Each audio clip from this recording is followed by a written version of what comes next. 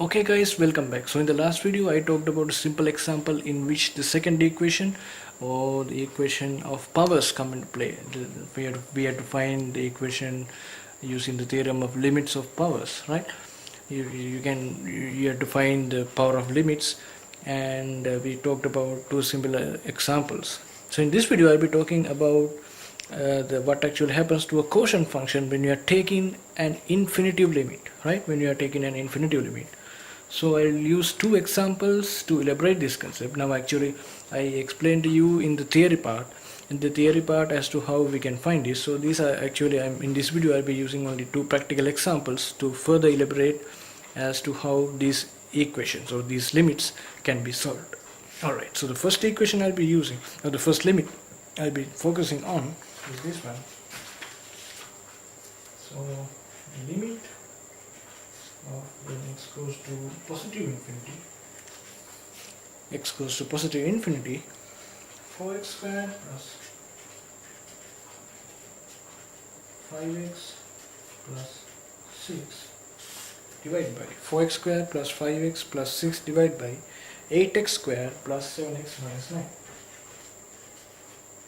plus 7x minus 9, right? So in the theory part I explained to you, if you have something like this, if you have an infinity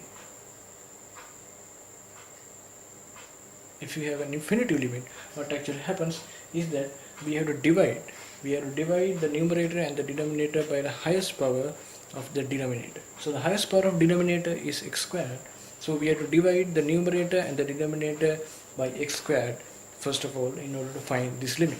Alright. So this is equal to limit when x goes to infinity 4x squared divided by x squared, so assuming that x is not equal to 0, x squared divided by x squared is equal to 1, so 4x squared divided by x squared is equal to 4. So this is, we are at this, so 5x divided by x squared is equal to 5 divided by x, plus 6 divided by x squared is equal to 6 by x squared.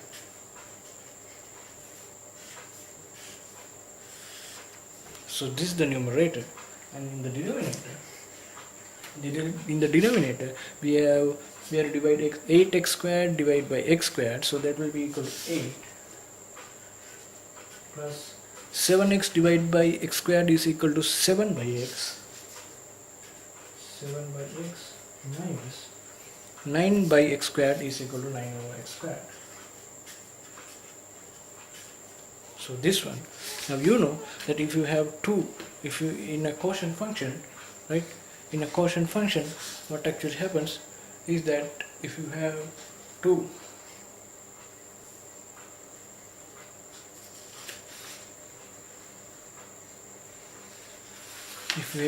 functions like this, right? If we have two functions like this, what actually happens is that we have to find this, right? So we have to find the numerator. We can take the limit of the numerator and we can take the limit of the denominator, and then we can solve for this equation or for this limit. Alright, so this is equal to limit of when x goes to infinity 4 plus 5 by x plus 6 by x squared divided by limit when x goes to infinity 8 plus 7 by x plus minus 9 by x squared, right? So this is an addition. Whether this is an addition or subtraction, we have to take the limits independently. So when the limit of x goes to infinity, the value of 4, right? When the limit of 4 when x goes to infinity is equal to 4, because this is a constant, we can substitute the value of x in place of this minus sign, right? So this is equal to 4, right?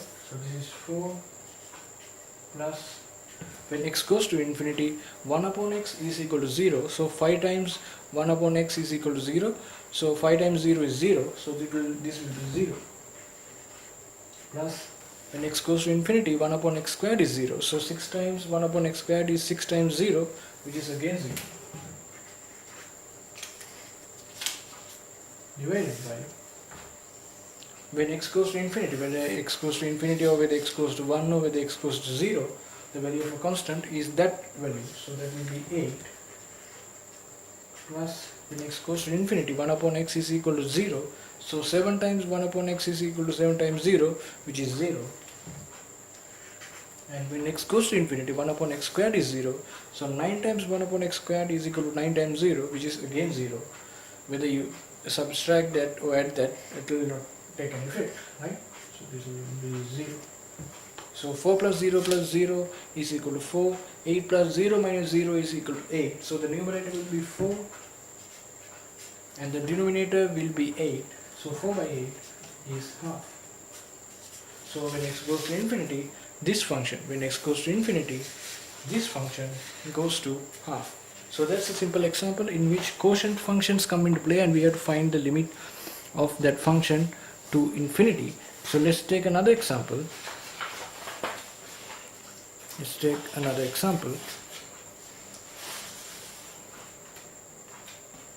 Say that you were given something like this.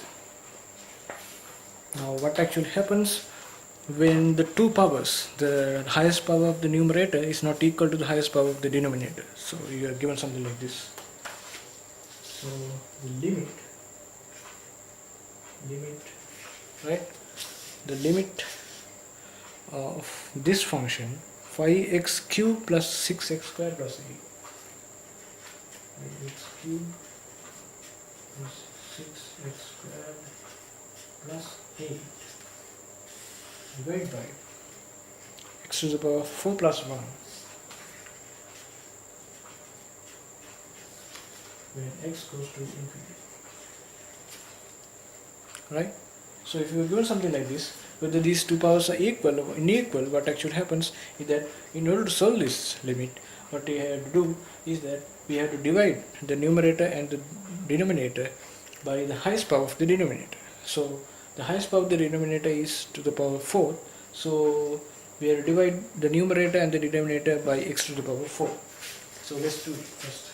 So we will limit when x goes to infinity. So 5x cubed divided by x to the power 4 is 5 times x cubed by x to the power 4 is 1 upon x. So that will be 5 divided by x. So 5 divided by x plus 6x squared divided by x to the power 4 is 6 divided by x squared, or 6 upon x squared, and plus 8 divided by x to the power 4 similarly, right? 8 divided by x to the power 4 divided by x to the power 4 divided by x to the power 4 is equal to 1. So this will be 1 plus 1 upon x to the power 4 is 0. So as in the last example, we have to do that if we are given a quotient like this, we have to find the limits of the two quantities independently. So this will be equal to limit when x goes to infinity, 5 divided by x plus 6 divided by x squared plus 8 divided by x to the power 4 divided by limit when x goes to infinity, 1 plus 1 upon x to the power 4. So when x goes to infinity, 1 upon x is equal to 0. So 5 times 1 upon x is 0. So this will be 0.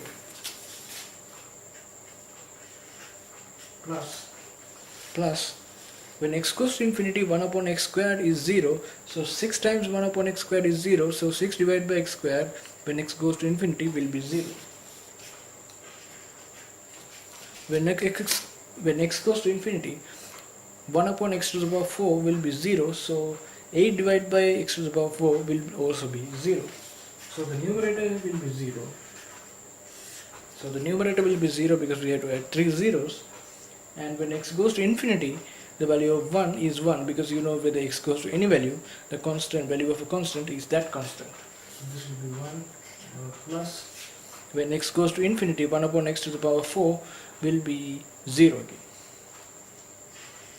So this the numerator is 0, the denominator is equal to 1, so 0 divided by 1 is equal to 0, so the final solution will be 0. So what actually happens here is that when x goes to infinity, this function, when x goes to infinity, this function will approach 0, right? Will actually go to 0. So those are two examples in which we have to find the limit of a quotient function and when the variable or the value of x or any variable goes to infinity. So in the next example, I'll be explaining about the application of trigonometry for the limits, right? For the limits using the popular limit theorem of trigonometry. So thanks for watching this video and see you soon.